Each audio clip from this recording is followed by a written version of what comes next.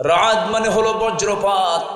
আল্লাহ রাব্বুল আলামিন এই সূরার 12 নম্বর আয়াতে বলছেন, হুয়াল্লাযী ইউরীকুমুল বারকা খাওফান ওয়া তামআন ওয়া ইউনশিস সাহাবাস সিকাল।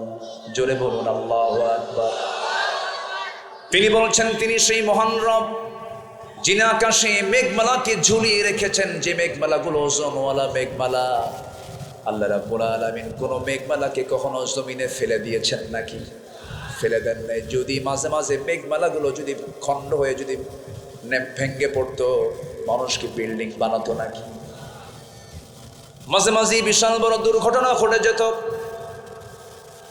তাহলে এখন বলুন, কোরআন শুধু যদি ধর্মীয় কিতাব হতো, নভমণ্ডল নিয়ে, মেঘমালা নিয়ে, আবহাওয়া বিজ্ঞান নিয়ে, মেটেরোলজিক্যাল সায়েন্স নিয়ে কোরআন কেমনে কথা বলে? কোরআন তো শুধু সাধারণ ধর্মীয় কোনো কিতাব নয়। আমার বন্ধুগণ, একটু মনোযোগ দিই, একটা তথ্য দিই, মূল আলোচনার দিকে আস্তে আস্তে চলে যাব। আমার বন্ধুগণ, আমরা যে স্থলভাগে বসবাস করি, স্থলভাগ বেশি না জলভাগ বেশি? স্থলভাগ না জলভাগ? জলভাগটাই বেশি। আমরা মানে ভূখণ্ডে আমরা আর কতটুকুই থাকি। সবচেয়ে বেশি প্রাণীর বিচরণ হলো সাগরে, সমুদ্রে। একটা হিমালয় সমুদ্রে একদম ইজিলি ঢুকে যাবে, ডুবে যাবে। একটা হিমালয় প্রশান্তে ডুবে যাবে। আল্লাহু আকবার বলো।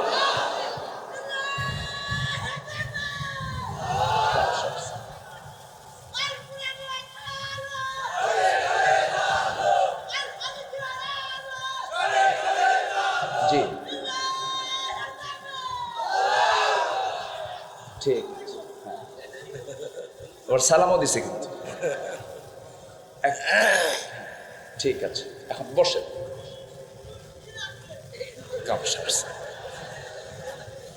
হেমায়তপুর তো কাছেই, তাই না?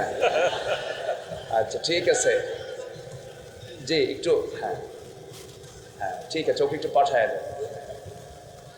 আমার সাথে এদের খুব মিল আছে, বুঝলেন? সেদিন এক মাহফিলে এরকম এক অটিস্টিক প্রতিবন্ধী সোজা কেমনে যে টের পাইছে, কেউ দেখতো মানে কেউ দেখেও নাই। এক প্রতিবন্ধী এসে একদম সোজা মঞ্চে এসে চেয়ারে বসে গেছে। এই দেখেন না আপনারা? দেখেন নাই? সবাই দেখছে। হ্যাঁ, বসে গেছে। তো যাই হোক, এই প্রতিবন্ধী যারা, তাদেরকে কখনো ধমক দিবেন না, কখনো না। বিশেষ করে প্রতিবন্ধীর বাবা যারা, এই অটিস্টিক, এদের যারা বাবা মা, অনেক সময় ধৈর্যের চ্যুতি ঘটে, ধৈর্যচ্যুতি হয়ে যায়। কখনো না।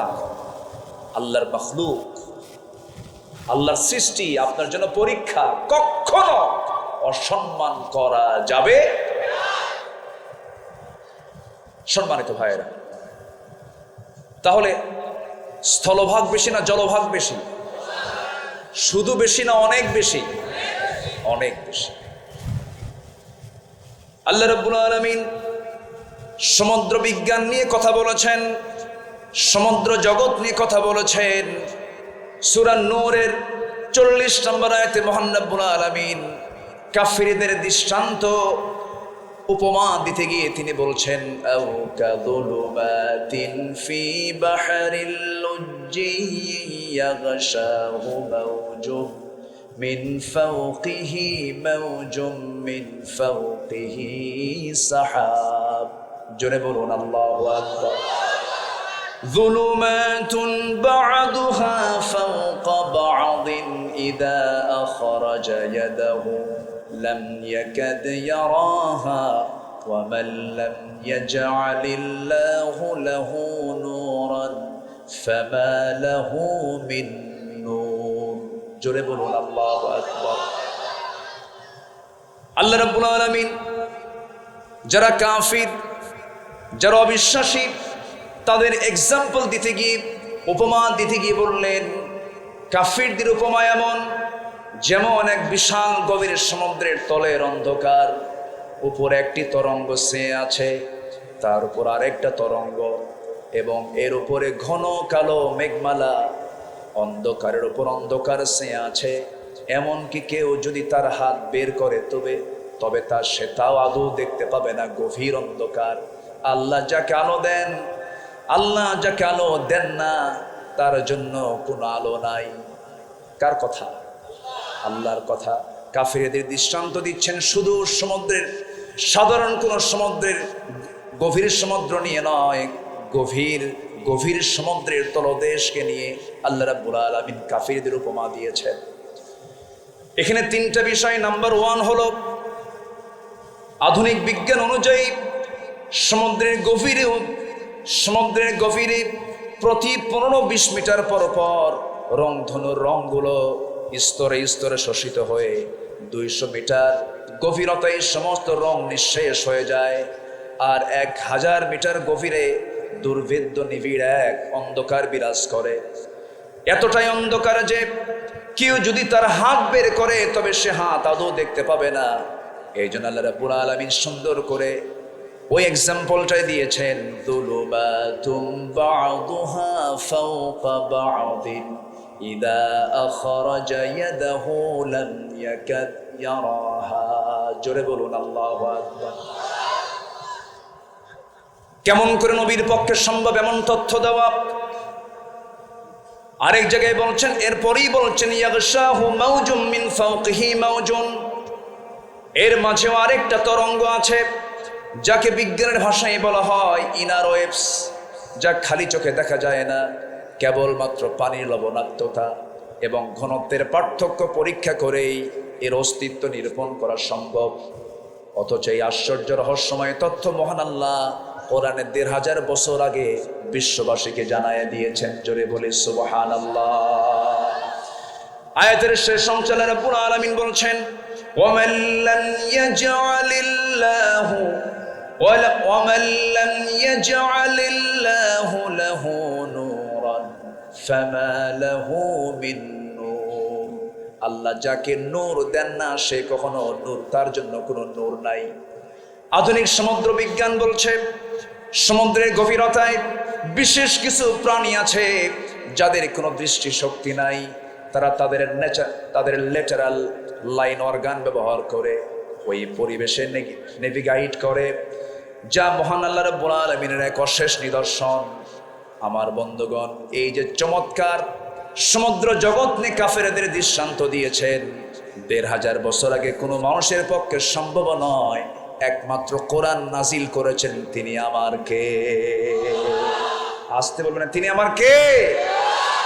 এই আয়াতটি দেখে সামুদ্রিক ভূতত্ত্ববিদ্যায় বিশ্ববিখ্যাত বিশেষজ্ঞ জেদ্দার বাদশাহ আব্দুল আজিজ ইউনিভার্সিটির একজন অধ্যাপক দুর্গা রাও তিনি বলেছেন 1400 বছর পূর্বে, 1500 বছর পূর্বে একজন স্বাভাবিক মানুষের পক্ষে এমন বিস্ময়কর ঘটনাসমূহের এরূপ সুবিস্তারিত বর্ণনা দেওয়া কোনো ক্রমেই মানুষের পক্ষে সম্ভব নয়। অবশ্যই এই কিতাবটা নাজিল করেছেন তিনি আমার কে। আসতে বলবেন না তিনি আমার কে। কোরআন শুধু নামাজের কথা বলে না, কোরআন শুধু রোজার কথা বলে না, কোরআন শুধু রাজনীতির কথা বলে না, কোরআন পৃথিবীর সকল সমস্যার সমাধানের কথা বলে, ঠিক কি না? এর মধ্যে সব কিছু আছে। আমি কি আলোচনা চালাবো? 2-1 করে ওঠেন কেন? হ্যাঁ, কষ্ট হচ্ছে আপনাদের? আলোচনা একটু চালাই, আমাকে সুযোগ দেন। আপনি যদি ওঠেন আমি তো আলোচনা হারিয়ে ফেলবো। ফজর নামাজ পড়ে যাবেন। যাক, কিছু লোক এরকমও পাইছে। বলি আলহামদুলিল্লাহ, জোরে বলি আলহামদুলিল্লাহ, যে এই হাজার হাজার মানুষের ভিতরে কিছুটা হাজত থাকতেই পারে। অনেক আগে বসেছেন, অনেকে উঠছেন, কিন্তু আমি চাবো, আমার রেসপেক্ট হচ্ছে সবাইকে নিয়ে শেষ পর্যন্ত থেকে এই যে মজলুম লোকগুলো দুনিয়া থেকে বিদায় নিলেন তাদের জন্য একটু দোয়া করার দরকার কি আছে না ভাই? আসতে বলবেন না, আছে না ভাই? আছে। তাদের জন্য দোয়া হলো, আমার জন্য দোয়া হলো। সবাই বসুন, একটু আমরা সময় নিয়ে আমি 10টা পয়েন্ট আমি একটু কথা বলবো। জোরে বলি ইনশাআল্লাহ, জোরে বলি ইনশাআল্লাহ। রাসূলের আদর্শে আখিরাতের পথ এবং পাথেও মূলত আমরা এই দুনিয়াতে এসেছি, কিন্তু আমাদের মূল জায়গা কি দুনিয়া না আখিরাত? আসতে বলবেন না, দুনিয়া না আখিরাত? আখিরাত। আখিরাতকে ভালো করার জন্য দুনিয়াতে কিছু কাজ করে যেতে হবে, এবং সেই কাজের জন্য যিনি আমাদের মডেল তিনি হচ্ছেন মুহাম্মদুর রাসূলুল্লাহ। মুহাম্মদুর রাসূলুল্লাহ। আল্লাহ রাব্বুল আলামিন বলেন, লাকাদ কানা লাকুম ফি রাসূলিল্লাহি উসওয়াতুন হাসানাতুন লিমান কানা ইয়ারজুল্লাহা ওয়াল ইয়াওমাল আখির ওয়া যাকারাল্লাহা কাসীরা। জোরে বলুন আল্লাহু আকবার। সূরাতুল আহজাব 21 নম্বর আয়াত। আল্লাহ রাব্বুল আলামিন বলেন, তোমাদের জন্য রাসূলের মধ্যে রয়েছে চমৎকার আদর্শ। যারা আল্লাহ এবং আখিরাতের প্রতি যারা আশা রাখে, আল্লাহকে যারা বেশি স্মরণ করে, তাদের জন্যই রয়েছে তার মধ্যে আদর্শ। অতএব আদর্শ খোঁজার জন্য 1000 জন খুঁজবো না, একজনকে খুঁজবো। বলেন একজন, তিনি কে? মুহাম্মদুর রাসূলুল্লাহ। মুহাম্মদুর রাসূলুল্লাহ। রাসূল হচ্ছেন আমার মডেল। আমার দেশে নবীকে মডেল না বানায়া অন্য কোন নেতাকে মডেল মনে করে এমন দলও আমার দেশে আছে না নাই? আসতে বলবেন না, আছে না নাই? অনেকে বলে আমি অমোক চেতনায় বিশ্বাসী। এখন তো আবার বিভিন্ন কথা আমাদের কানে আসছে। এ থামেন, আমারই কতি দেন, জি আমার একটু বলতে দেন। সম্মানিত বন্ধুগণ, আমি যখন কবরস্থ হব আমাকে রেখে আসা হবে কি বলে? বিসমিল্লাহি ওয়া আলা, বলুন বলুন, বিসমিল্লাহি ওয়া আলা মিল্লাতি রাসূলিল্লাহ। যদি কেউ রাসূলের মিল্লাতে না যেতে চান, বিসমিল্লাহি ওয়া আলা মিল্লাতে লেনিন, কার্ল মার্কস, মাও সেতু, এটা বলেই তাকে বিদায় করতে হবে। একটা আছে ইনু, ইনু ওই যে নদীর ওই পার, এটা তো এখন ভিতরে মনে হয় এটা গেছে। এখন তো আর দেখেন কোনো জঙ্গি নাটক কিন্তু আর নাই। কোথাও কি শুনছেন এরকম অমুক জায়গায় জঙ্গি অভিযান চালিয়ে এতগুলো অস্ত্র, জঙ্গি বই, জিহাদি বই সহ এত লোককে সেখান থেকে গ্রেফতার করা হয়েছে? এমন কোন নাটক কি 5 মাসে আছে?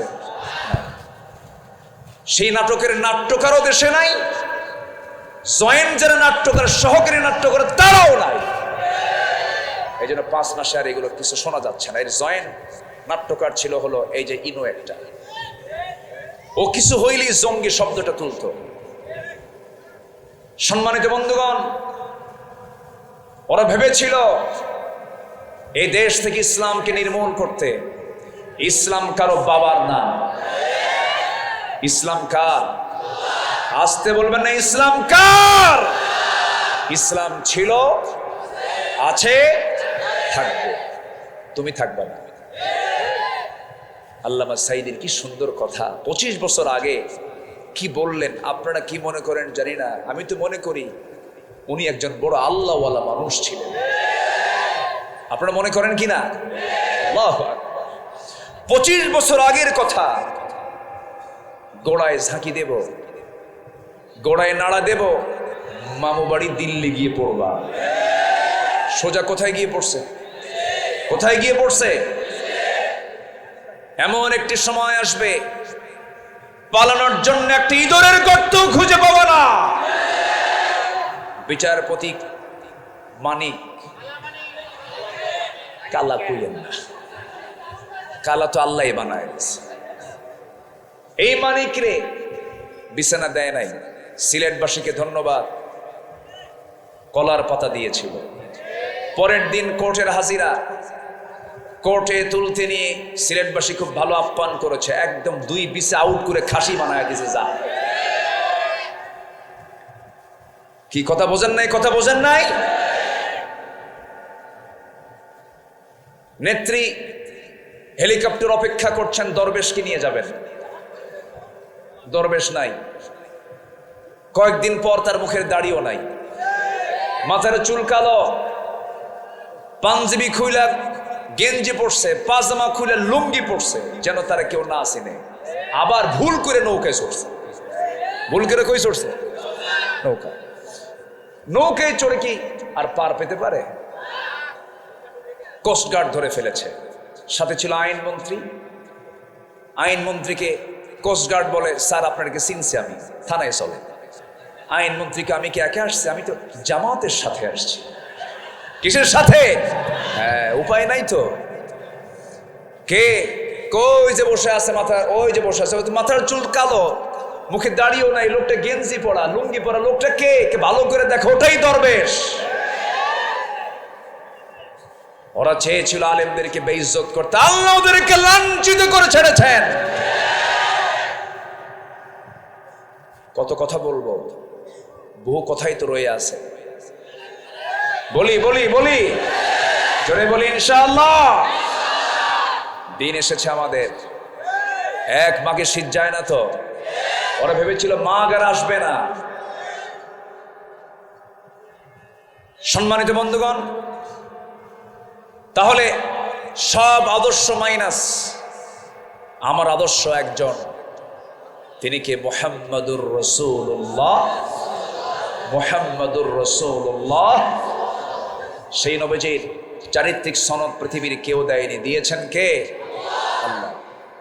আল্লাহ রাব্বুল আলামিন তার চারিত্রিক সনদ নিজে দিয়ে বলছেন, নুন ওয়াল কলমি ওয়া মা ইয়াসতুরুনা মা আনতা বিনি'মাতি রাব্বিকা বিমাজনুন ওয়া ইন্না লাকা লাআজরান গায়রা মামনুন ওয়া ইন্নাকা লাআলা খুলুকিন আযীম। জোরে বলুন আল্লাহু আকবার। কবি বলেন, তিনি ছিলেন যেন সেই মুষলধারা বৃষ্টি, ঝরে পড়েই ধরা মাঝে এক মহাবিশ্বয় সৃষ্টি। তার বিন্দু অঞ্জলিস্কল এক অপার মহাতৃপ্তি, জীবন মর সিক্ত করে প্রশান্তি ধারার মহাদীপ্তি। জোরে বলে সুবহানাল্লাহ। আমার নবীর চারিত্রিক সনদ পৃথিবীর কেউ দেয় নাই। রাসূল কে আল্লাহ পাক নিজে তাকে দান করেছেন।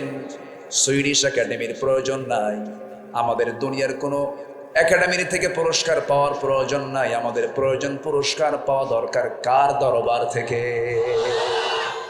আল্লাহ বলছেন, বান্দারে আমি তোকে মহা পুরস্কারে পুরস্কৃত করব, শর্ত হলো বান্দা তুই আমার সঙ্গে মহাব্বতে চলে আয়, আমাকে তুই খুশি করার চেষ্টা কর।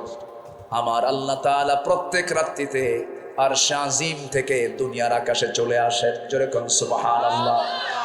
সহিহ হাদিস, আমার আল্লাহ তাআলা প্রত্যেক রাত্রিতে, শেষ রাত্রিতে, মাঝ রাত্রিতে ফিস সামাঈদ দুনিয়া, দুনিয়ার আকাশে চলে আসেন। এসে বলেন, আলা বিম মুস্তাগফিরিন ফাগফির লাহ। কোন ক্ষমা প্রার্থী আছো, আমার কাছে ক্ষমা চাবে, আমি থেকে ক্ষমা করে দেব। আমার বন্ধুগণ, আমার আল্লাহ তাআলা আমাকে এত বেশি ভালোবাসেন, সাত আকাশ কোথায়, প্রথম আকাশ কোথায়, কত দূর থেকে প্রত্যেক রাত্রিতে আমার আল্লাহ আমাকে মাফ করার জন্য আসেন। আমরা যে দুনিয়াতে বসে আছি, এই দুনিয়া থেকে এই আসমান যদিও দেখতে পাচ্ছি, কিন্তু আসমান থেকে শুধু দূরে না, আমাদের দৃষ্টিতে অনেক দূরে, অনেক দূরে। কেউ কি গিয়েছে নাকি? যেতে পেরেছে নাকি?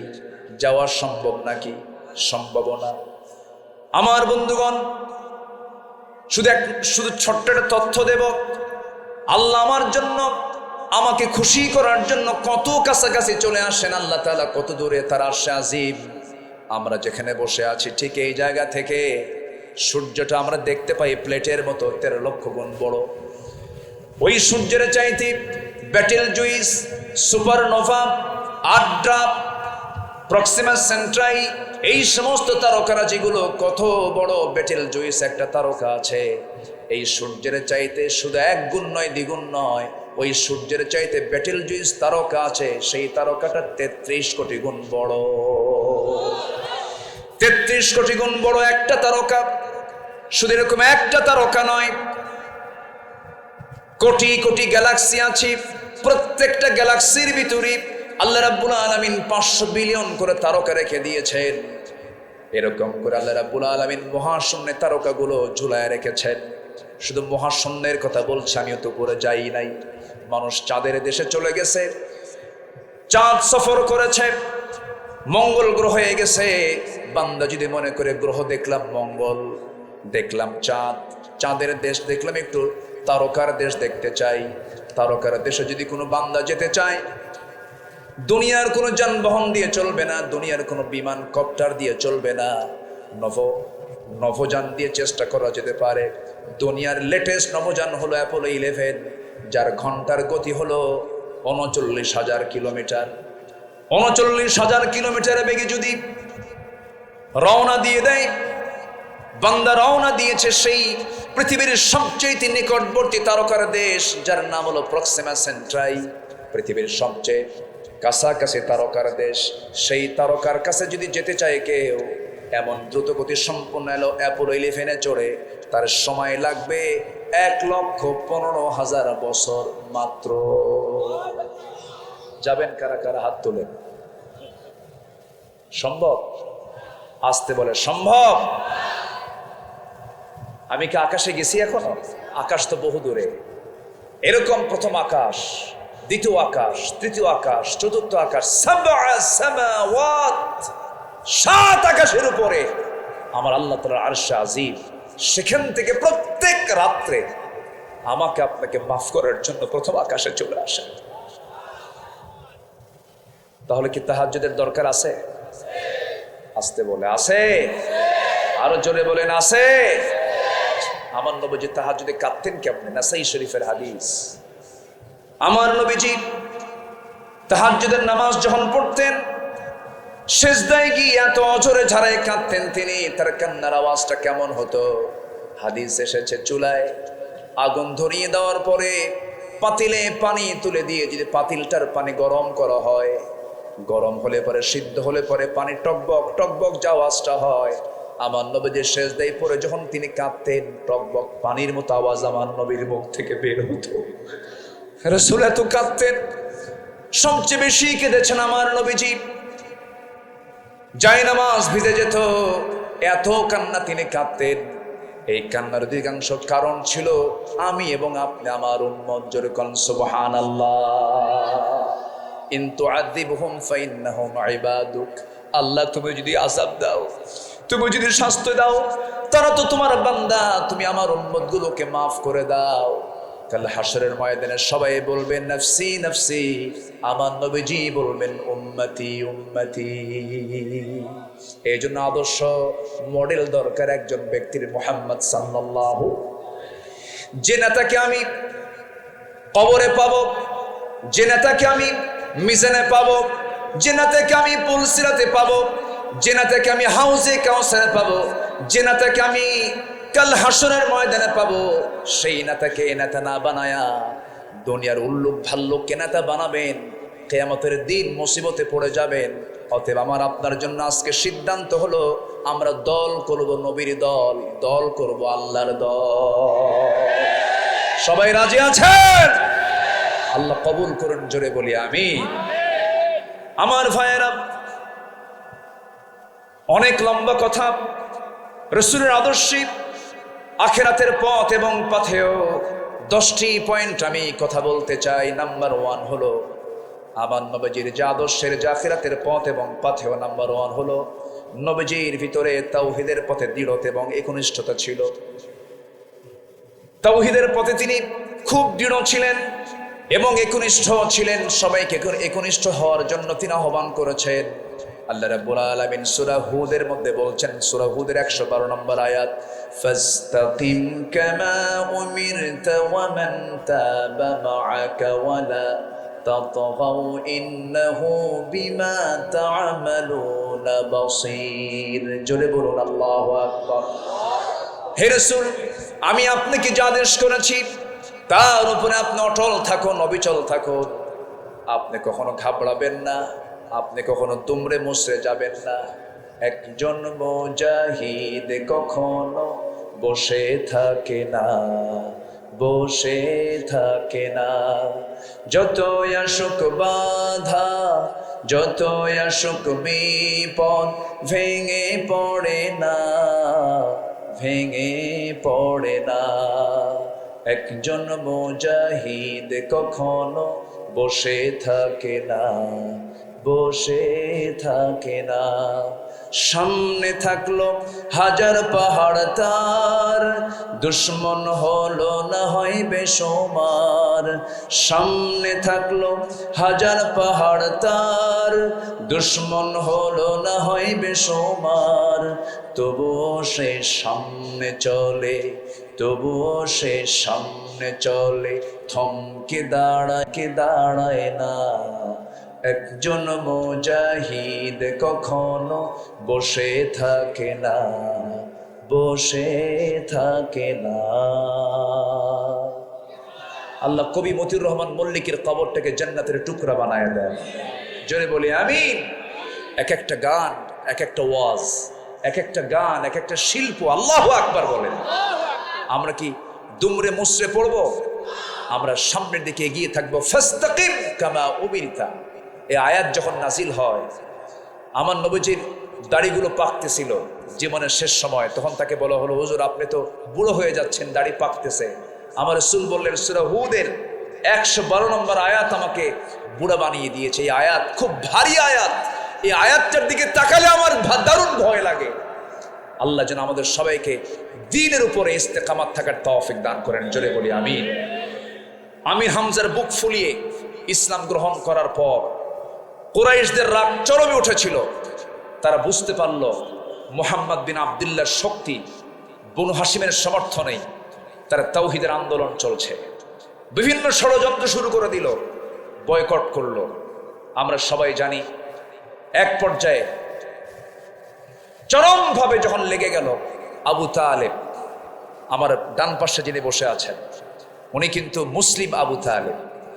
কিন্তু যে আবু তালেবের কথা বলছি, যদিও মুসলিম না, কিন্তু নবীর সারা জীবনের মানে কি বলবো আমি, এত বড় খেদমত তিনি করেছেন। অনেক সাহাবীর কিসমত এত বড় খেদমত করা জোটে নাই। কিন্তু খেদমত করলে হবে কি, মোহাব্বত ছিল কিন্তু আনুগত্য ছিল না। আবু তালেব বলে ফেললেন, মুহাম্মদ তোমার চুল পরিমাণ কোনো ক্ষতি করবে এমন কোন লোককে তোমার সামনে আসতে দেব না, আমি তোমার সাথে আছি। আবু তালেব যদিও কাফের, অভদ্র না ভদ্র, আজ থেকে অভদ্র না ভদ্র, ভদ্র কাফের তিনি ছিলেন। আমি তাকে তিনি শব্দই সম্বোধন করি। রাসূল তাকে খুবই চেষ্টা করেছেন দ্বীনের পথে আনার জন্য। জোর তো করেননি, মাঝে মাঝে ইশারা ইঙ্গিতে বলতেন, কিন্তু কাম হয়নি। কারণ হেদায়েতের একদম মূল মার্কাজ, হেদায়েত দিবেন যিনি, তিনি আমার কে? আস্তে হেদায়েত যিনি দিবেন তিনি আমার কে? আল্লাহ। যদি তাই হতো নূহ পারতেন তার ছেলেকে দ্বীনে আনতে, যদি তাই হতো লূত আলাইহিস সালাম পারতেন তার বউকে দ্বীন আনতে, যদি তাই হতো ইব্রাহিম আলাইহিস সালাম তিনি তার আব্বাকে ফিরে আনতে পারতেন। কিন্তু পারেন নাই, কারণ হেদায়েত একমাত্র কার হাতে? আসতে বলবেন না, কার হাতে? আল্লাহর হাতে। কুরাইশরা আমার নবীজির দাওয়াতকে রুখে দেওয়ার জন্য মক্কার বিখ্যাত বাইতুল্লাহর দেওয়ালে একটা চুক্তিনামা ঝুলিয়ে দিল, যেখানে উল্লেখ ছিল মুহাম্মদ এবং তার অনুসারীদের কোনো ধরনের অর্থনৈতিক সামাজিক কোনো সম্পর্ক রাখা যাবে না। তাদের বিরুদ্ধে নিষেধাজ্ঞা শিরোধার্য করা হলো। শেষ পর্যন্ত সাহাবে কেরাম খাবার পেলেন না। গাছের লতাপাতা, চামড়া, এই সমস্ত খাবারগুলো খেতে খেতে শেষ পর্যন্ত কোষ্ঠকাঠিন্য হলো। পায়খানাগুলো ছাগলের পায়খানার মতো কটকটে হয়ে গেল। এবং এই কষ্টের ভিতরে থাকতেই অল্প বয়স্কা ফাতিমা রাদিয়াল্লাহু তাআলা আনহা অল্প বয়সে তিনি দুনিয়া থেকে বিদায় নিয়েছিলেন। এবং এতটাই কষ্ট সাহাবীদের ভিতরে ছিল, খাবার না পেয়ে ওই পাথরের উপরে হালকা মাঝে মাঝে বৃষ্টি যখন হতো কিছু ঘাস জন্মাতো, সেই ঘাসগুলো চাবায়া চাবায়া সাহাবায়ে কেরাম ক্ষুধা নিবারণ করেছেন। কি কষ্ট তারা করেছেন। 3 বছর, কয় বছর বলেন তো? 3 বছর। কিন্তু কেউ কি দিন থেকে বের হয়েছেন? কেউ দিন থেকে বের হননি। দিনের উপর অবিচল থেকেছেন। আমার বন্ধুগণ, এই 16 বছর কত প্রস্তাব গিয়েছে, কত প্রকার লোভনীয় প্রস্তাব দেওয়া হয়েছে। জেলখানায় থেকে জীবন পর্যন্ত হাসি মুখে বরণ করে নিয়েছেন, ফাঁসির মঞ্চে হাসতে হাসতে চলে গেছেন, কিন্তু বাতিল শক্তির কাছে মাথা নত করে নাই। এই চেতনা পেয়েছেন তাদের কাছ থেকে, সাহাবীদের কাছ থেকে চেতনা তারা লালন করে তারা শাহাদত বরণ করেছেন।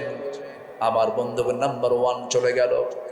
নাম্বার 2 হলো নবীর আদর্শের মধ্যে ছিল আখলাকের পরিপূর্ণতা। আমার আল্লাহ রাসূলকে আল্লাহ তাআলা এমন আখলাক দান করেছেন যার সমস্ত দিক আমার রাসূলের মধ্যে আল্লাহ পাক পরিপূর্ণ আকারে দিয়েছিলেন।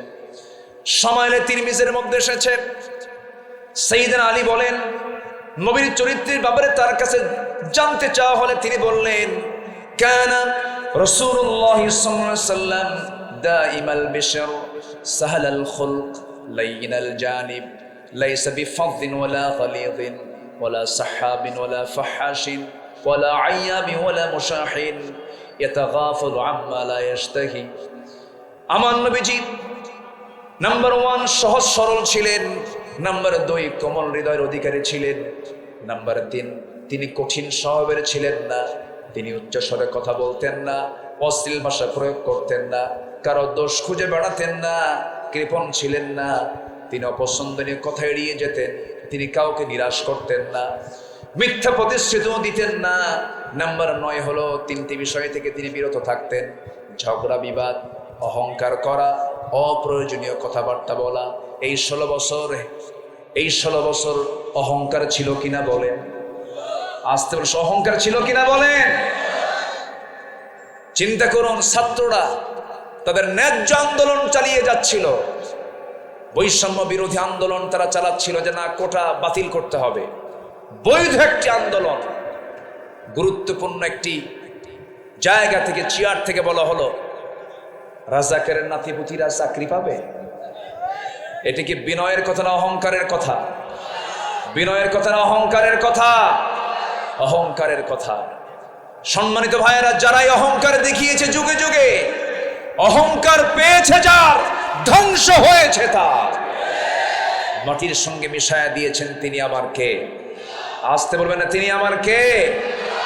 আমার নবীজির ভিতরে চুল পরিমাণ কোনো অহংকার ছিল না, সবার সঙ্গে মিশে মিশে কথা বলতেন। মুহাম্মদ সাল্লাল্লাহু, অপ্রয়োজনীয় একটা ওয়ার্ড আমার নবীর জীবনে মুখ থেকে বের হয়নি, অপ্রয়োজনীয় একটা ওয়ার্ড আমার নবীর মুখ থেকে বের হয়নি। মাইক পেলেই যা মুখে আসতো তাই বলতো। এক প্রতিবন্ধী নেতা ছিল, প্রতিবন্ধী নেতা। প্রতিবন্ধী বললাম এই জন্য, নোয়াখালীর দিকে তার বাড়ি। প্রতিবন্ধী নেতা, বুঝতেছেন তো? খালি বলতো খেলা হবে। একটা গুরুত্বপূর্ণ জায়গা থেকে এমন জাতি অযাচিত, এত হালকা কথা কোনো মানুষ বলতে পারে না। কোথায় খেলা হবে? কই খবরই তো না। আরেকজন তো 70 রাকাত তাহাজ্জুদ পড়তো, হ্যাঁ তো নাই দেশে। ও এই খেলা হবে কথার রূপকার, হে সবার আগে ভাগছে। সম্মানিত বন্ধুগণ, ওরা আমাদেরকে রাজাকার বলে 16 বছর গালি দিয়েছিল। কোন রাজাকার পাকিস্তানে যায় নাই, শুধু হিন্দুস্তানের রাজাকাররা হিন্দুস্তানে গিয়ে সব শেল্টার নিয়েছে, ঠিক কিনা? আমরা যাব না, আমরা দেশকে ভালোবাসি। আমরা দেশকে কি ভালোবাসি? আমরা দেশি বাঁচবো, দেশি মরবো। জোরে বলি ইনশাআল্লাহ, আর জোরে বলি ইনশাআল্লাহ। ওরা দেশ থেকে টাকা পাচার করেছে, সব সম্পদ নিয়ে তারা ইউরোপ আমেরিকায় পাড়ি দিয়েছে। আপনি একটা আলেমের বাড়ি ইউরোপে পাবেন না, একজন কোন ইসলামী আন্দোলনের কোন নেতার বাড়ি আপনি ইউরোপ আমেরিকায় পাবেন না। চ্যালেঞ্জ দিলাম, পাবেন? কোথাও পাবেন না। সম্মানিত বন্ধুগণ, সম্মানিত ভাইয়েরা, এই দেশকে এগিয়ে দিয়েছে মূর্খ মানুষগুলো, অশিক্ষিত মানুষগুলো। প্রবাসী রেমিট্যান্স পাঠালো, অশিক্ষিত। কৃষক হাড় ভাঙ্গা পরিশ্রম করে দেশকে আগায় দিল। শ্রমিক কাজ করে করে অশিক্ষিত মানুষ দেশকে আগায় দিল।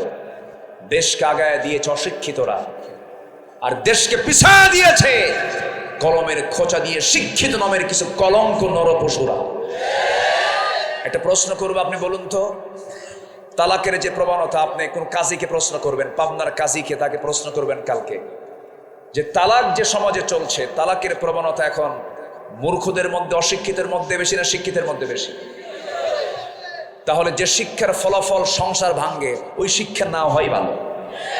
আমার দাদারাই ভালো ছিল, কি ঠিক কিনা বলেন?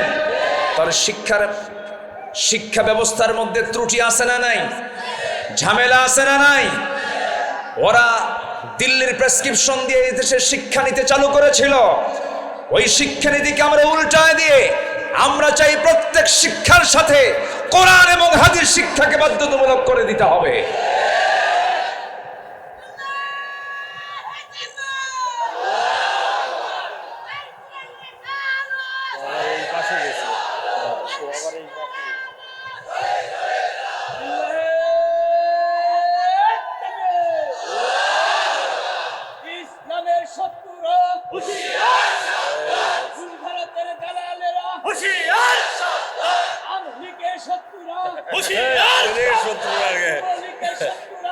কি বলেন আপনি থামেন।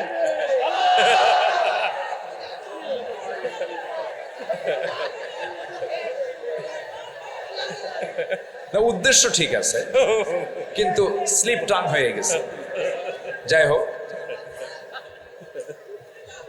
কিছু ফ্লেভার পাইছে ওই লোকে। আচ্ছা, যাই হোক, হতে পারে। সম্মানিত ভাইয়েরা, আমি কি আলোচনা চালাবো? তো মাঝে মাঝে দু একজন যে ওঠা বসা করেন, একটু বসেন, জিকির করি লা ইলাহা, আরো জোরে লা ইলাহা,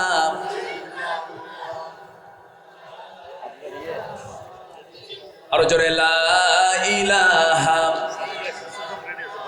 সুবহানাল্লাহ আলহামদুলিল্লাহ, লা ইলাহা ইল্লাল্লাহু মুহাম্মাদুর রাসূলুল্লাহ সাল্লাল্লাহু আলাইহি ওয়াসাল্লাম। নাম্বার 3 হলো তওবা এবং ইস্তেগফার। তওবা করব কার কাছে? আসতে বলুন, তওবা করব কার কাছে? আল্লাহর কাছে। মাফ চাবো কার কাছে? আমাদের কান্নার জায়গা 2 না 1? কার কাছে কাঁদবো আমরা? কিন্তু কিছু যুবক আছে মেয়ের জন্য কাঁদবে, যুবতীর জন্য কাঁদবে, এরকম কিছু যুবক আছে না নাই? পাবনাতেও আছে না নাই? একটু বসুন, রাত তো খুব বেশি হয়নি, একটু ধৈর্য ধরে আর কিছু সময় একটু মাহফিলের হক তো আদায় করতে হবে আপনাকেও। একটু বসুন না, জোরে বলি ইনশাআল্লাহ, আর জোরে বলুন ইনশাআল্লাহ। আমি ধমক দিতে চাচ্ছি না, একটু মোহাব্বত নিয়ে বলছি, দয়া করে দয়া করে দয়া করে আমি করজোরে মিনতি জানাচ্ছি। আর একটা লোকও এরপরে আর নড়বেন না। আমি খুব অল্প সময় শেষ করব, শুধু পয়েন্টগুলো আমি সামারাইজ করে বলার চেষ্টা করছি। একটু বসুন, একটু। জি, আমরা মাফ চাইবো কার কাছে? আল্লাহর কাছে। মাফ করার জন্য একজনই আছেন, তিনি আমার কে? কাঁদলে পরে ফলাফল পাওয়া যাবে একজনের কাছে, তিনি আমার কে? আপনি কোনো ব্যক্তির কাছে কাঁদবেন, বলবে ও ধান্দায় কাঁদবে, কোন একটা লক্ষ্য ওর আছে এই জন্য কাঁদবে। দুনিয়ার কারো কাছে কাঁদবেন, সে একটা মাইন্ড করতে পারে, কিন্তু আল্লাহর কাছে আপনি কাঁদবেন, এই কান্নার অবশ্যই একটা ফলাফল কে দিবেন? আসতে বলবেন না, কে দিবেন? আল্লাহ দিবেন।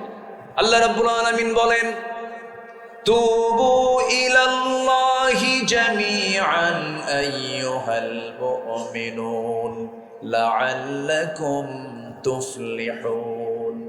সূরা নূর আয়াত নম্বর 31। আল্লাহ রাব্বুল আলামিন তওবার ব্যাপারে হুকুম দিচ্ছেন, আর এক জায়গায় বলছেন, তুবু ইলাল্লাহি তাওবাতান নাসুহা। তওবার গুরুত্ব এত বেশি, আল্লাহ রাব্বুল আলামিন তওবা নামে একটা সূরা পর্যন্ত নাযিল করেছেন। আমার নবীজি বলেন, তুবু ইলাল্লাহ ফাইন্নী আতুবু ইলাই ফাইন্নী আতুবু ফিল ইয়াউমি মিয়াত মাররা। ও আমার সাহাবীরা, তোমরা তওবা করো আল্লাহর কাছে, আমি রাসূল নিজে সারা দিনে 100 বারেরও বেশি বার তওবা করি। জোরে বলে সুবহানাল্লাহ। আমার রাসূলকে আল্লাহ পাক ইস্তিগফার করতে বলেছেন। যারা পারেন ঠোঁট মিলিয়ে বলুন, فسبح بحمد ربك واستغفره إنه كان توابا আমরা কার কাছে মাফ চাবো বলেন? আল্লাহর কাছে মাফ চাবো। বান্দা যখন আল্লাহর দিকে এক হাত আগায়, আল্লাহ তার দিকে 10 হাত আগান। ওমান তাকাররাবা ইলাইয়া শিবরান তাকাররাবতু ইলাইহি যিরাআন ওমান তাকাররাবা ইলাইয়া যিরাআন তাকাররাবতু ইলাইহি বাআন ওয়া ইযা আকবালা ইলাইয়া ইয়ামশি আকবালতু ইলাইহি ওয়া হারফিলু মুত্তাফাকুন আলাইহি। যে ব্যক্তি আমার দিকে হেঁটে হেঁটে আসে, আমি তার দিকে দৌড়া যাই। যে আমার দিকে এক হাত আগায়, আমি তার দিকে 10 হাত আগাই। জোরে বলি সুবহানাল্লাহ। মাফ করার জন্য কে আছেন? আমি গুনাহ করব, মাফ করবেন কে? আমি তওবা করব, মাফ করবেন কে? আল্লাহ মাফ করে দিবেন। এই জন্য মাফের সবচাইতে বড় উত্তম জায়গা হলো আজান শোনার সঙ্গে সঙ্গে কোথায় যাওয়া? আসতে বলবেন না, কোথায় যাওয়া? মসজিদে যাওয়া। কয় ওয়াক্ত নামাজ? আল্লাহ আমাকে ডাকেন দিনে কয়বার বলেন? 5 বার। একটি স্পেশাল সময়, সেটা কোনটা বলেন? তাহাজ্জুদ। মোট কয়বার হলো? 6 বার হলো। এই 6টার সময় আমরা একটু আল্লাহর ডাকে সাড়া দেব, আল্লাহকে খুশি করার জন্য স্পেশালি সেজদা দিয়ে দেব। আপনার গুনাহ যত বড়ই হোক না কেন, বান্দা যখন ওযু বানায়, ওযুর সঙ্গে সঙ্গে তার অঙ্গ প্রত্যঙ্গের সগীরা গুনাহগুলো মাফ হয়ে যায়। হাত মাফ হয়ে যায়, মুখমণ্ডলের সগীরা গুনাহগুলো মাফ হয়ে যায়। 2 পা যখন ধৌত করে, 2 পায়ের সগীরা গুনাহগুলো মাফ হয়ে যায়। বান্দা যখন নামাজে দাঁড়ায়, আল্লাহ বান্দার সামনে দাঁড়ায় যান। বান্দা যখন সূরা ফাতিহার আলহামদুলিল্লাহি রাব্বিল আলামিন বলে, আল্লাহ বলেন হামিদানি আবদি। আর রহমানির রহিম যখন বলে, আসনা আলাইয়া আবদি। মালিক ইয়াউমিদ্দিন যখন বলে, আল্লাহ বলেন মাজ্জাদানি আবদি। ইয়্যাকা না'বুদু ওয়া ইয়্যাকা নাস্তাঈন পর্যন্ত যখন বান্দা বলে, হাদা বাইনি ওয়া বাইনা আবদি ইহদিনাস সিরাতাল মুস্তাকিম থেকে শুরু করে ওয়ালাদ-দাল্লিন পর্যন্ত যখন বান্দা বলে, আল্লাহ বলেন বান্দারে এতক্ষণ ধরে তুই আমার কাছে যা যা চাইলি, সমস্ত চাওয়াকে পাওয়া করে তোর তামাম জিন্দেগির সমস্ত গুনাহগুলোকে মাফ করে দিলাম। আমরা নামাজ পড়ব কয় ওয়াক্ত? আসতে বলো না, কয় ওয়াক্ত বলেন? আমার নেতা হতে হবে বেনামাজি না নামাজি? বেনামাজি না নামাজি?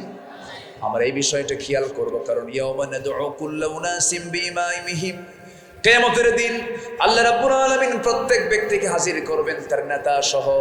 নেতা যদি বেনামাজি হয়, কর্মী যদি নামাজি হয়, মানান না বেমানান? বলেন, মানান না বেমানান? বেমানান হয়ে যাবে। এমন নেতা আমরা বানাবো না। নাম্বার 4 হলো আল্লাহর সামনে দাঁড়ানোর ভয়। সকল হারামকে আমরা বর্জন করব। আল্লাহর সামনে আমাকে দাঁড়াতে হবে, এই জন্য সকল হারামকে বর্জন করে পবিত্র জীবন গঠন করব। আখিরাতের নাজাত প্রাপ্তির জন্য আমরা এই প্ল্যানে আমরা সামনের দিকে চলব। রাসূলের আদর্শ আমরা এটাই খুঁজে পাই। আল্লাহ রাব্বুল আলামিন সুন্দর করে বলছেন, ওয়া আম্মা মান খাফা মাকামা রাব্বিহি ওয়া নাহান নাফসা আনিল হাওয়া ফাইন্নাল জান্নাতা হিয়াল মাওয়া। জোরে বলুন আল্লাহু আকবার। ভিতরে তাকওয়া আনতে হবে, নিজের ভিতরে আল্লাহর ভয় আনতে হবে। ছোট্ট একটা ঘটনা মনে পড়ে গেল, সাইয়েদনা ওমর ফারুকের কথা। ওমর ফারুককে সবাই চিনেন তো? কয় নাম্বার খলিফা বলেন? বলেন, জোরে বলেন, কয় নাম্বার খলিফা? বহুদিন আগে এক মাহফিলে বলেছিলাম, ওমর ফারুককে চিনেন কে? পাশে থেকে এক ছেলে দাঁড়ায় বলে, হুজুর আমি চিনি। কে? আমাদের বাড়ির দোতলায় ভাড়া থাকে। তো বললাম, তুমি তো 100তে 100 পাইছো, তোমার বুদ্ধি যা উত্তরও তাই। কিন্তু এই ওমর তো সেই ওমর না। এই ওমর হচ্ছেন সেই ওমর যে ওমরের নিকট একজন মুসলিম তার কাছে দুধ হাদিয়া নিয়ে চলে আসছে। দুধ 1 গ্লাস দুধ নিয়ে বলতেছে, হুজুর আমিরুল মুমিনিন, আপনার জন্য আমি সুন্দর করে দুধটা ঘন করে, পাবনার কি খাওয়া যায় বলেন তো? পাবনার ঘি না, পায়েস আছে না? পায়েস খুব লোভনীয়, তো এটাকে খুব ঘন করা হয়। 1 মণ দুধে কি 1 কেজি চাল। কতটুকু হয় এটা যেন? 2-3 কেজি এরকম হয়তো পরিমাণ হয়। এত বড় টেস্ট, এত মজা। কিন্তু আজকে কিন্তু খাই নাই। আজকে কিন্তু মিস হয়েছে, কালকে যেন এটা মিস না হয় কোনো মেহমান। পাবনায় আসলে পায়েস খাওয়া হবে না, এটা তো খুব অপূর্ণতা থেকে যায়। আলহামদুলিল্লাহ বলেন, জোরে বলি আলহামদুলিল্লাহ। তো সাইয়েদনা ওমর ফারুক রাদিয়াল্লাহু তাআলা আনহু বসে আছেন একজন, দুধ ঘন করে এক গ্লাস দুধ তার কাছে নিয়ে এসে বলছে, আপনার জন্য চমৎকার খাবার নিয়ে আসছি, আপনি এটা খাবেন। তিনি প্রশ্ন করলেন না, পেলেন তো খুব মজার জিনিস পাইছেন, খেয়ে ফেলছেন। খাওয়ার পরপরই প্রশ্ন করছেন, এই তুমি যে আমার জন্য হাদিয়া আনছো, এটা কি তোমার বাড়ির গরুর দুধ নাকি? তোমার কি গৃহপালিত কোনো পশুর দুধ তুমি নিয়ে আসছো, উটের দুধ নিয়ে আসছো, না কি নিয়ে আসছো বলো?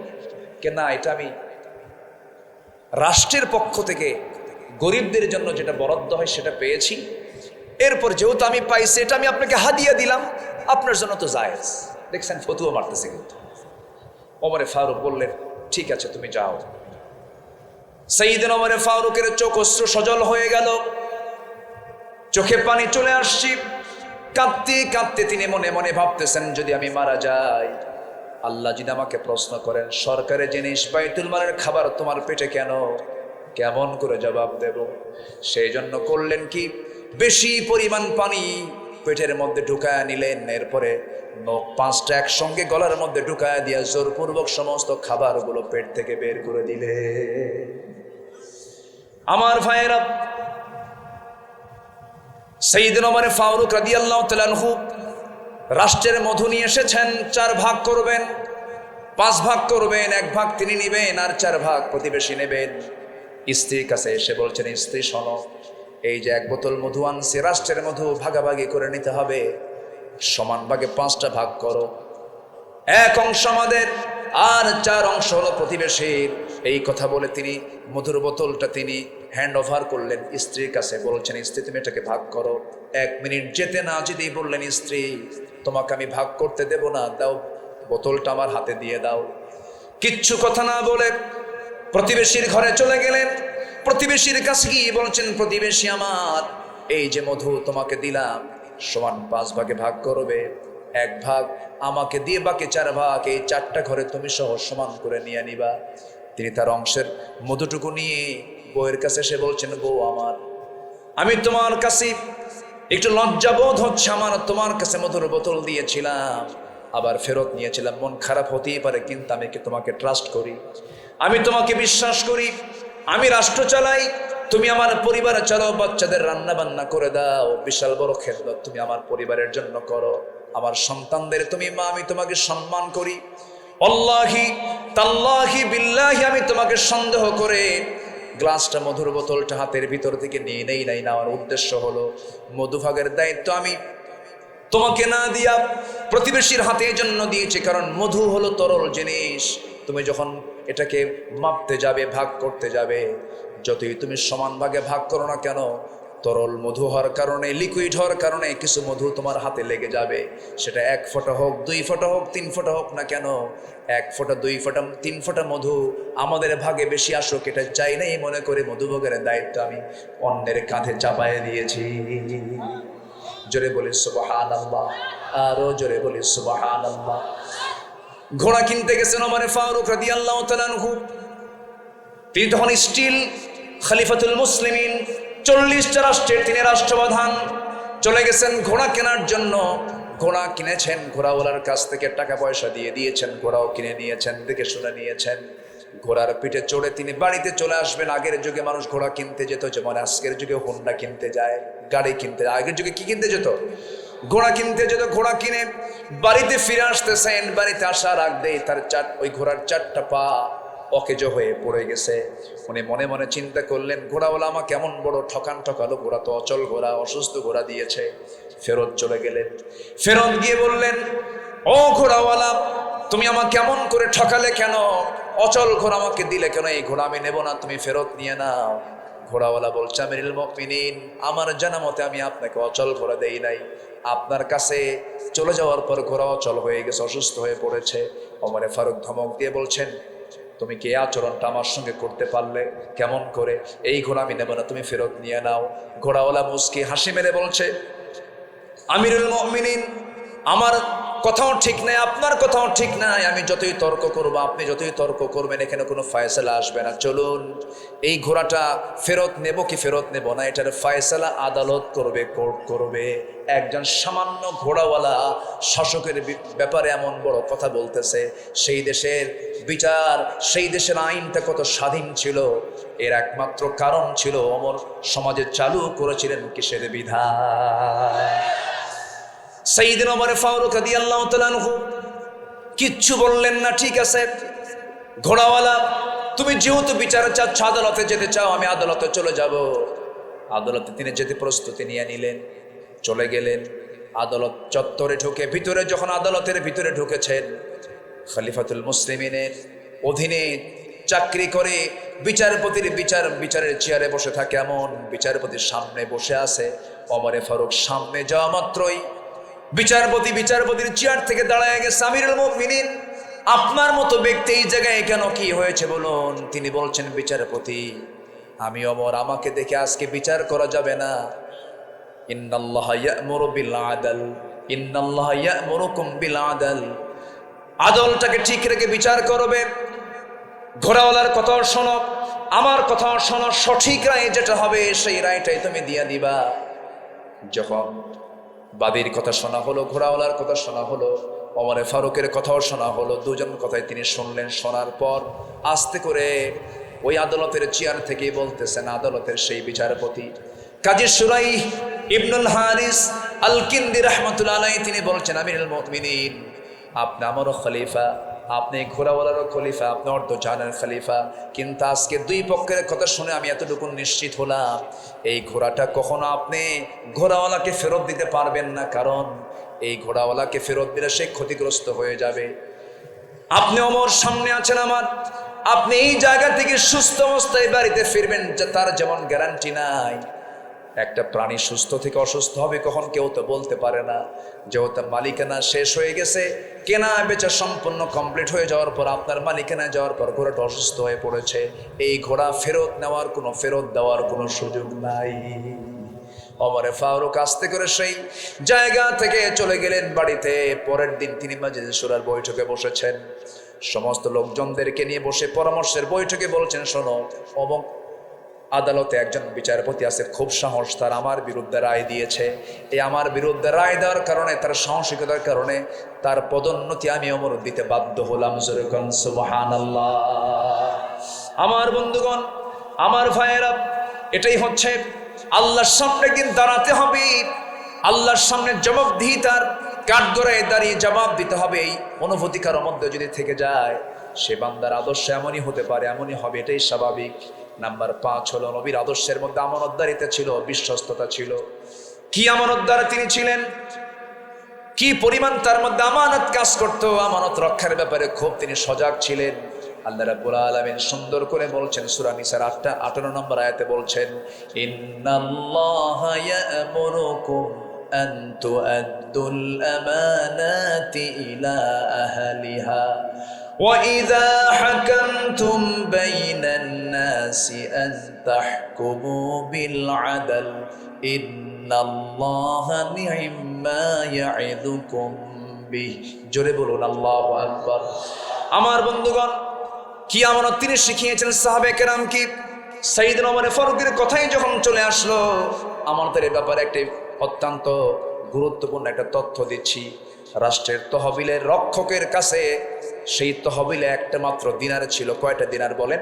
একটা দিনার ছিল। সেই দিনার তিনি পেলেন। ওমর ফারুকের ছেলেকে ডাক দিয়ে বললেন, তোমাকে একটা দিনার দেওয়া হলো, এটা রাষ্ট্রের তহবিলের জমা ছিল, পড়েছিল। সেটা নিয়ে তিনি বাড়িতে চলে গেলেন। ওমর ফারুক দেখলেন তার ছেলের হাতে একটা দিনার। তিনি সেই রক্ষককে ডাক দিয়ে বললেন, তুমি এই জিনিসটা আমার ছেলেকে দিলে কেন? সঙ্গে সঙ্গে তিনি আবার তাকে ফেরত দেওয়ালেন। ফেরত দিয়ে তিনি বললেন, আমি কি কিয়ামতের দিন এই একটা দিনার নিয়ে উম্মতের বিরুদ্ধে অভিযোগের সম্মুখীন হব? এটা আমার প্রয়োজন নাই। একটা দিনারও আমি রাষ্ট্রের তহবিল আবার ফেরত দিয়ে দিলাম। আল্লাহু আকবার বলেন। এই দেশে বহু মন্ত্রী মন্ত্রণালয় চালিয়েছে। আপনার পাবনার একজন গর্বিত মন্ত্রী ছিলেন, শিল্পমন্ত্রী। জানেন তো শহীদ আল্লামা কে? মতিউর রহমান নিজামী রাহিমাহুল্লাহ, তার প্রত্যেকটা কথায় মুক্তর দানার মতো, মুক্তের সদৃশ কথা। একটা কথাও তার অতিরিক্ত অপ্রয়োজনীয় কথা আমি তার মুখ থেকে কখনো বের হতে দেখিনি, আমার চোখে পড়েনি। আল্লাহু আকবার বলে। স্বাধীনতার পর থেকে নিয়ে আজ পর্যন্ত যত মন্ত্রণালয় মন্ত্রীরা চালিয়েছেন, সবচাইতে ফ্রেশ মন্ত্রণালয় চালিয়েছেন এই মন্ত্রী। আল্লাহু আকবার বলে। যখন ওরা দেখলো এই লোকগুলো যদি ক্ষমতার মসনদে চলে যায়, এই দেশ তো দক্ষিণ এশিয়ার শ্রেষ্ঠ দেশে রূপ নেবে, সেদিন থেকে ষড়যন্ত্র শুরু হয়েছে। ষড়যন্ত্রকে রুখে দাঁড়াতে হবে, সামনে ইসলামী নেতৃত্ব গড়ে তুলতে হবে, আদর্শ নেতৃত্ব গড়ে তুলতে হবে। সামনের দিনকে ইসলামের দিন মনে করে আমাদেরকে মাঠে ময়দানে কাজ করতে হবে, দাওয়াতের সম্প্রসারণ ঘটাতে হবে, ঘরে ঘরে কালেমার দাওয়াত দিতে হবে মুসলমান।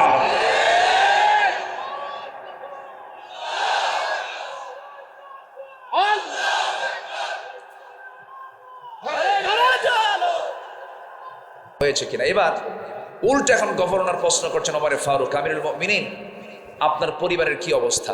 আপনার গায়ের যে সেরা জুতা, সেরা জামা, এই যে সেরা তালিযুক্ত জামা পরে আছেন, জীর্ণ শীর্ণ করে বসবাস করছেন, আপনার পরিবারের খবর কি? আপনি কিভাবে চলছেন? আপনার ক্ষুধার্ত সন্তানদের কি অবস্থা? এই প্রশ্ন করা মাত্রই আগে প্রশ্ন ছিল হলো রাষ্ট্র সংক্রান্ত। এই প্রশ্নের জবাব দিয়ে তিনি রাতের বেলা বসেছেন বৈঠকে গভর্নরের সাথে, ওমর ফারুক রাদিয়াল্লাহু তাআলা। চট করে এই প্রশ্ন যখন করেছেন গভর্নর, যে বাতি জ্বলতেছিল সেই বাতির নিচে বাতি জ্বলে কি দিয়া? তেল দিয়া। আর তেলটা থাকে হচ্ছে, তেলের ভিতরেই থাকে কি, ওটা কি বলে এলাকায়? হ্যাঁ, পোলতা, মানে একটা, আচ্ছা পোলতা বলে, স্থানীয় ভাষায় কি বলে? সোলতা, পোলতা, যাই হোক যেটাই হোক, খাবুল হয়তো মাহালুকে। এটা 2013 সালে আমাকে মহতারাম শিখিয়েছিলেন। আপনাদের ভাষার মধ্যে একটা আলাদা স্বতন্ত্র দিক আছে, বলি আলহামদুলিল্লাহ। পাবনার একটা টান দিলে গোটা দেশবাজি বোঝে এটা পাবনা থেকে আসছে, বলি আলহামদুলিল্লাহ। একটা আলাদা সৌন্দর্য। পোলতা, যখন তিনি প্রশ্নের সম্মুখীন হলেন তার পরিবার কেন্দ্রিক যেই লণ্ঠনে যে বাতিতে আগুন জ্বলছিল, তার নিচের পোলতাটা তিনি চেপে ধরলেন, নিভে গেল বাতি। গভর্নর আশ্চর্য হয়ে বললেন, বাতি নিভাইয়া দিলেন কেন? সাইয়েদনা ওমর ফারুক বলছেন, ও আমার গভর্নর, এতক্ষণ ধরে তুমি রাষ্ট্রের প্রশ্ন করছিলে, আমি রাষ্ট্রের প্রশ্ন করছিলাম, জবাব আমরা দিচ্ছিলাম। হঠাৎ করে যখন ব্যক্তি জীবনের প্রশ্ন করেছো, পারিবারিক জীবনের প্রশ্ন করেছো, এই সময় রাষ্ট্রের তেল জ্বলবে, আমার ব্যক্তিগত প্রশ্নের জবাব আমি তোমাকে দেব। রাষ্ট্রের তেল খরচ করে ব্যক্তিগত প্রশ্নের জবাব আমি দিতে পারবো না, এই জন্য বাতি নিভাইয়া দিলাম। আল্লাহু আকবার বলবেন না? আমানতদারিতা। এটা কি? আমানতদারিতা। নাম্বার 6 হলো পরিবারকে জান্নাতের দিকে পরিচালনা করা। সন্তানকে দাওয়াত দিবেন, বউকে দাওয়াত দিবেন, বউ যদি নামাজ না পড়ে কি করবেন বলেন? বউ যদি নামাজ না পড়ে কি করবেন? আরেকজনকে মায়ের হবে, একজনকে সেদিক থেকে কইছে মায়ের হবে। এই শোনেন, যে কইছে এটা ও বিয়ে করে নাই, যে বিয়ে করছে ও বলবে মার হবে, এটা অসম্ভব ব্যাপার। বউকে ভয় করে না এমন স্বামী দুনিয়াতেই নাই। দেখেন জোরে কয় ঠিক, ছোট বাচ্চা এই যে কি বুঝলো আল্লাহ জানে। জি, বউকে কে না ভয় করে? ভয় তো না, এটা সম্মান। বউ স্বামীকে ভয় করে, স্বামীও বউকে ভয় করে, সম্মান করে। এই সম্মান শ্রদ্ধা যদি না থাকে সংসার টিকবে? টিকবে না। বউয়ের সঙ্গে আপনার রাগারাগি করে পারবেন না তো। বাচ্চার বয়স যদি 1.5 বছর হয়, 1 বছর হয়, ওই সময় যদি আপনার একটু গন্ডগোল করেন, মারামারি করতে চান, শুধু যদি বলে এই যে বাচ্চা কোলে নাও, চলে গেলাম, বাচ্চার বয়সে 1 বছর উনি আপনি করবেন কি বলেন? ওই বাচ্চাকে যদি আপনাকে একদিন দায়িত্ব দেওয়া হয়, কয় আসার যে খাবে আল্লাহ জানে। উপায় তো নাই, কোনো উপায় নাই। এই জন্য রাসূল স্ত্রীদের সঙ্গে খুব মিলেমিশে কথা বলেছেন, কখনো কাউকে ধমক দিয়ে কথা বলেছেন এমন কোনো রেকর্ডই নাই মুহাম্মদ সাল্লাল্লাহু আলাইহি ওয়াসাল্লামের জীবনে। কি জান্নাতি পরিবার ছিল তার, আল্লাহু আকবার। মেয়েদেরকে আদর করতেন, মেয়েদেরকে স্নেহ করতেন, পরিবারকে আগলে রাখতেন, প্রচুর সময় দিতেন, নাতিপুতিকে টানতেন। মেয়েকে বিয়ে দিয়েছেন বলে হেরে যান নাই, হেরে ফেলেন নাই, মেয়েদের বিয়ে দিয়ে কাছে টানতেন। 3 দিন পার হতে দিতেন না, ফাতিমার বাড়ি থেকে রাসূল বসে থাকতেন। জোরে বলি সুবহানাল্লাহ। দাওয়াত দিতেন সবচেয়ে বেশি আমার রাসূল, বাইরে না ভিতরে? ভিতরে। বউদেরকে কাছে টানতেন, সন্তানদের কাছে টানতেন, কারণ আল্লাহ রাব্বুল আলামিন বলেন, ইয়া আইয়ুহাল্লাযীনা আমানু কু আনফুসাকুম ওয়া আহলিকুম নারাও ওয়াকুদুহান নাস ওয়াল হিজারা। হাদিসে এসেছে আমার রাসূল রমজান মাসে সারা রাত জেগে থাকতেন, নিজে এবং পরিবারকে সাথে করে নিয়া। কানা রাসূলুল্লাহ সাল্লাল্লাহু আলাইহি ওয়াসাল্লাম ইদা দাখালাল আশরু আহইয়াল লাইল ওয়া আইকাযা আহলাহু ওয়া জাদ্দা ওয়া শাদ্দাল মিজার। আমার নবীজি শেষ দশকে রমজান যখন পেতেন, শুধু নিজে না পরিবারকে টেনে আনতেন এবং খুব চেষ্টা করতেন কোমরে গামছা বেঁধে তিনি নেমে পড়তেন পরিবারকে সাথে নিয়ে। কার কাছে? কান্না করতে, আল্লাহর কাছে কান্না করতে। নাম্বার 7 হলো বান্দার হক। ফাইন্না দিমাআকুম ওয়া আমওয়ালাকুম ওয়া আ'রাদাকুম বাইনাকুম হারামুন কাহুরমাতি ইয়াউমিকুম হাদা ফি বালাদিকুম। নিশ্চয় তোমাদের রক্ত, তোমাদের সম্পদ, তোমাদের সম্ভ্রম পরস্পরের জন্য হারাম তিনি করে দিয়েছেন কে? গীবত করলে বান্দার হক নষ্ট হয় না? অনেক নামাজি গীবতকারী আছে না নাই বলেন? ফেসবুকেও গীবত করে, আছে না নাই? একজনের সঙ্গে একটু কথা একটু এলোমেলো হয়েছে, ফেসবুকে দিয়ে দিল। তোমার এরকম করা যাবে না। হালকা এইরকম মানসিকতা নিয়ে ঈমান টিকে রাখা সম্ভব নয়। বর্তমান যুগে গীবতের প্রচার বেশি, অপরের সম্মান নিয়ে সিনেমিনে খেলা হয়, হিংসা করা হয়। এগুলো হচ্ছে বান্দার হক নষ্ট করার বড় একটা মাধ্যম। অবলীলা এগুলো চলছে। রাসূল কড়া হুঁশিয়ারি দিচ্ছেন, এই সমস্ত কাজ ইমানদার কখনো করতে পারে না। আল্লামা ইকবাল আফসোস করে বলছেন, তুম হো আফস মে গজবনক ও আফস মে রহিম, তুম খতা করো খতা বি ওহা পোশো করিম। তারা ছিলেন দয়ার আকর, তোমরা সবই হিংস্র কাজে। তারা ছিলেন ক্ষমাশীল, আর তোমরা চলো দোষটি খুঁজি।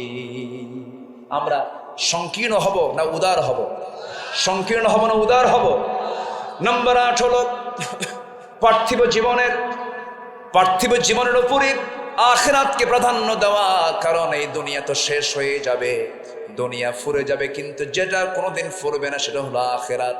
আখিরাতের শুরু হবে কিন্তু শেষ হবে না। দুনিয়ার শুরু আছে, যার শেষও আছে, কিন্তু আখিরাত যেদিন শুরু হবে সেদিন থেকে কোনোদিন আখিরাত আর কোনোদিন ফুরাবে না। ইয়ামালু